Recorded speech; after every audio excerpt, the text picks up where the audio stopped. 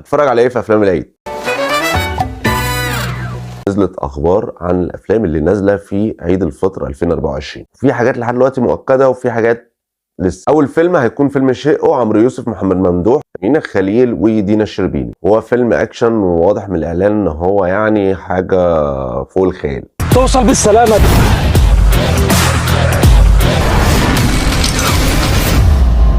الفيلم اللي انا منتظره فاصل من اللحظات اللذيذه، هشام ماجد، هنا الزاهد، بيومي فؤاد، ومحمد ثروت. والفيلم واضح ان فيه ساينس فيكشن، تقريبا هشام ماجد طالع بشخصيتين، فهيبقى فيه تمثيل مزدوج، فانا منتظر ان اتفرج على الفيلم ده. مش انا. في نظريه علميه قديمه بتقول ان الكون بتاعنا ده في زيه اكوان مواسيه، في نسخ مننا عايشه فيه بس مش هزق لمراته وابنه زي. الفيلم الثالث فيلم على الماشي، علي ربيع ومعاه كريم عفيفي وآية سماحة. اتمنى ان تطور الكوميديا عند علي ربيع يكون احسن شويه عن الافلام اللي قبل كده. دي كل حاجه